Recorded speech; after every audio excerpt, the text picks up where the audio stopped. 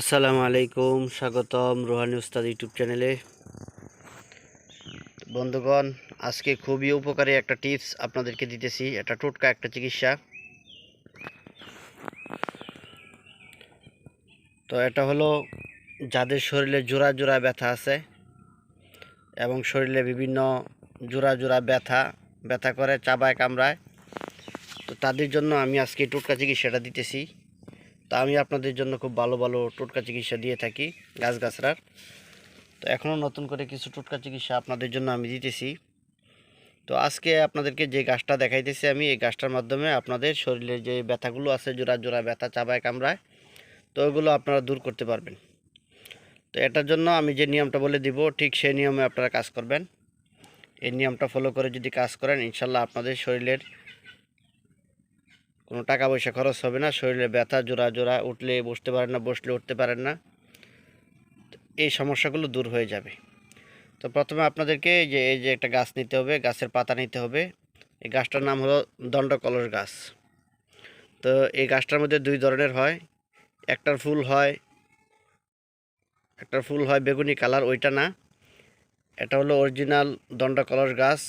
এই ফুলটার কালার হবে সাদা। তো এই ফুলটার ভিতরে মধু আছে। ছোটো সময় আমরাও এই ফুল থেকে মধু খাইতাম। তো এই গাছটা দিয়ে অনেক কাজ করা যায়, অনেক ভেষজ গুণে ভরপুর এই গাছটার নাম হলো দণ্ডকলস গাছ। এটার মধ্যে ফুল হয়েছে, এই যে দেখেন সাদা ফুলটা হয়েছে। তো এখানে দেখেন আরও ছোটো ছোটো গাছ আছে, এই যে দেখেন, এগুলো হলো একটু ছোটো ছোটো গাছ। তো আরও গাছ দেখাইতেছি আমি আপনাদেরকে। এই যে দেখেন আরেকটা গাছ, এই যে দেখেন সাদা ফুল হয়েছে এই গাছটার মধ্যে, এই যে দেখেন, এই যে ফুল। তো আপনারা এই দণ্ডকলস গাছের পাতা নেবেন, কিছু পাতা নেবেন। পাতাটা খুব সুন্দর করে ধুইবেন, যাতে এটার মধ্যে কোনো ময়লা না থাকে, কোনো পোকামাকড় না থাকে। ঠিক আছে? এই পাতাটা সুন্দর করে ধুয়ে তারপরে আপনারা কিছু কালিজিরা নেবেন আর কিছু রসুন নেবেন।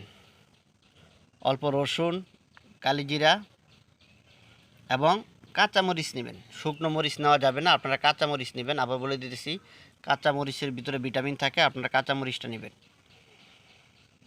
এই গাছের পাতা নেবেন, তারপরে রসুন নেবেন এবং কালো জিরা নেবেন, কাঁচামরিচ নেবেন। এগুলো নিয়ে আপনারা সুন্দর করে আপনারা এটা হালকা গরমের মধ্যে আপনারা ভাজবেন।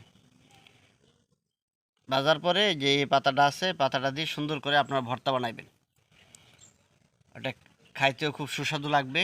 এই ভর্তাটা বানানোর পরে এটা আপনারা দুই বেলা খাবেন, সকালবেলা একবার, রাত্রেবেলা একবার। আপনারা 3 দিন খান। 3 দিনে আপনাদের শরীরে যে সমস্ত জোড়া জোড়া ব্যথা আছে, চাবায় কামড়ায়, এগুলো দূর হয়ে যাবে।